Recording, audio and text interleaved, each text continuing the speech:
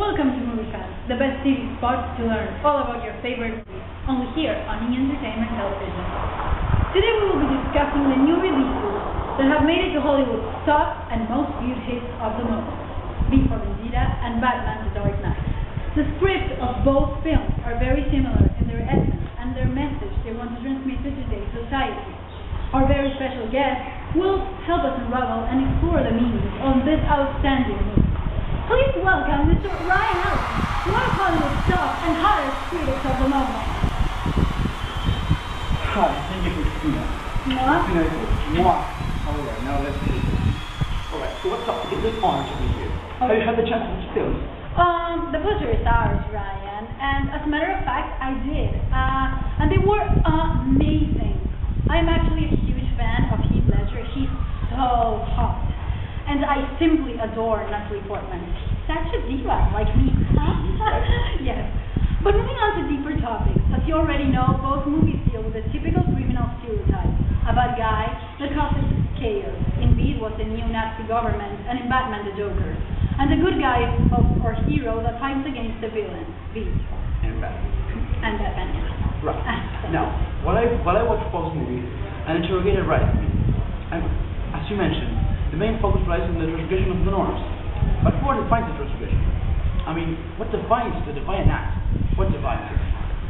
In the case of the Joker, in order for him to break the rules need to exist. Okay, I am following you, Ryan. So what you're trying to say is that there are no defiant acts in themselves. Right. But in that case, how are social norms how are the social norms that will define what is defiant or not imposed? Or so, how are these norms imposed? Well, let's take me for an example.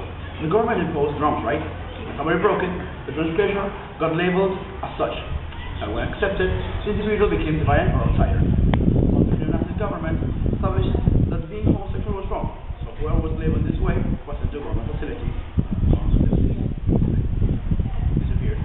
That were like prisons where transgression of black lives. The question is being lesbian or being defiant? Of course not. But in today's society, there are no norms that point out that being homosexual is wrong. But in B, an almost zero for homosexuality. The individual who was gay was considered defiant. So true. So in other words, society determines norms and rules, and if you don't follow them, you become defiant. And then in the case of B, social norms were imposed with fear. But did you feel that the hero also broke the rules? I mean, although hero and villain are like totally opposite, they are sharing something in common, and that is the relationships with the norms established. The villain breaks them, but the hero, although the intention is to eradicate evil in its course of action, also breaks the rules. Exactly. It's a pride observation, Christine. But remember that this can only be applied to Batman, because indeed, the villain was not a transgressor. Although we will discuss this later. Now let's focus on Batman. Although the superhero fights crime in Gotham City and helps the police to capture the transgressors, he is also considered defiant due to the fact that he also breaks the norms. He destroys property, injures, not on purpose, innocent people in order to stop the criminals. But Batman kind of rejects the defiant label, doesn't he? Like, in some manner, he tries to adapt to society, and he does that with his other identity, by being Bruce Wayne, a correct norm-follower citizen. Of course, again. But indeed, the case changes. Although the role of the superhero is the same. V is super defiant, if you like to call it that way, because he goes against the organism that imposes the norms, right? So, and he does this because his ideals of democracy, to stop the government madness. And in this case, the villain does not break the norms. The villain is not defiant. Do you see it? Yes, and now that you mentioned, so in Batman, both the Joker and Batman will be defiant, although the reason and intention of each character is completely different. But in B, the only defiant character would be a superhero. Interesting. Yeah, you're getting the hang of it. You got it. Don't forget the difference between these two types of villains who find the movie. That the Joker follows a divine career, and the rewards of these do not come in society itself, but in this feeling of belonging to you. True. So why does the villains exist? God, I sound like a 4-year-old now. Why do people break rules? I invite you to look from another perspective. Ask yourself, why do people obey? Indeed, citizens obey because they care about what the rest are about them, because they lack of time to dedicate to the breaking of the rules, because maybe they invested too much career or education to simply throw it away, or simply because they believe in convenience. At the same time, the ones who were violent, like Batman, for example, the Joker believed that the status was gained through rule breaking. Now that's a new theory. Complicated creative, though quite better than mine. I thought most people broke rules because they had not been properly socialized. And tell me, Ryan, how is violence presented in both films? How is conflict represented? Well, in my opinion, conflict is very visible and present. Speaking of Batman, the Joker itself. Yes, right. But I also think that before the Joker, Gotham City had other problems, like the mob, for instance. These were powerful sprites. People tend to give less importance. Do you think the Joker appears because of Batman? It's actually what we consider solution, the actual root of the problem. I think Batman is the source of the conflict with Gotham. Indeed, this concept is different though. Our superhero rises after the villain is started its power. The conflict with B is represented throughout the government. The organism in this case oppresses people does not allow freedom of speech, and in B he tries to restore democracy. He's an idealist. And we talk a lot about conflict, but what about consensus? The agreement between the different parties. In B there's no consensus. In order for the superhero to triumph, the government needed to be destroyed, and in fact it was. But it was not destroyed just by the superhero alone. Oh no, B was a leader. He was an idea more than a being. Everybody could have been B, because B was somebody that believed in democracy. So in a way, there was census in a whole other level, an agreement between people and society, and the superhero. You're getting that? Yes, I am getting the hang of it. All right, yeah. All right.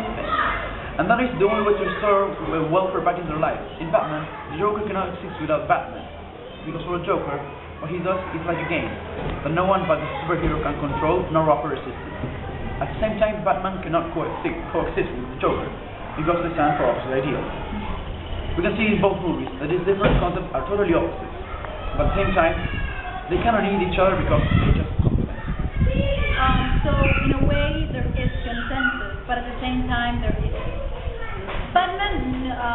Batman, there is also a consensus between Batman and the police, who, towards the end, accept the fact that the superhero is breaking norms in order to help them in fighting crime. Now, if you would like, let's watch a preview of the movie, and after the chat, we'll be right back. Don't go anywhere. Don't you go anywhere. And we're back. We have recently watched some scenes from Batman. And yeah. Awesome. Now, let's analyze them now. Now, just tell me, what do you see? I mean, what particular thing in both scenes draw your attention? Well, let's start with B. In the scene we just watched, the amount of police control standing outside the Congress was like excessive, totally. Kind of creepy. Yeah. In Batman also, the amount of police standing outside the hospital was one of the main highlights of the scene. Although in B, police was going to repress some movements that civilians were attempting, and in Batman, police was helping in the evacuation of a building. I believe that the amount of police is due to the fact that crime increased. For example, in B there were many policemen because the people congregated to attempt against the government itself and its rules, which is considered criminal action. In Batman, police increased also for the same reason. The Joker was about to blow up a hospital. Oh, he was. But I strongly disagree. I think that in both cases, police control does not increase because of crime and interest. That's a temporary idea. I don't follow you. But why don't you explain this concept to all of us? Enlighten me, Ryan. I will, believe me. Look, to my perception, delinquency and crime occurs due to a certain political system, capitalism, based on disequality and ambition. Whoa, take it easy, Castro. Now they will cancel my show. You know that communism? No, God, no. We're in the United States of America, man. Oh, no. Oh, God, no. I'm not a socialist. But in this case, I must agree with the left idealism ideology. In both movies, there was a lot of difference between classes. The state needs the powerful classes because these guys are the ones who support the government, despite the fact that the other sectors population are marginally in the process. Right, like in Gotham City, for instance, Bruce Wayne, whose company also produces for the army. Right. But what does this have to do with the scenes we just watched? I mean, our subject here was the amount of police that were in the scene. Oh yes. Now you'll see. Let me finish. So the state benefits from the powerful. This will obviously generate conflict among lower extracts of society, and so the state needs to apply the carrot and stick method. The only way to control the potential conflict is through police. Those functions are to keep control, generate acceptance, and to threat. This last concept could be easily applied in the scenes of B we just watched. Policemen stood there to threaten the police to disobey.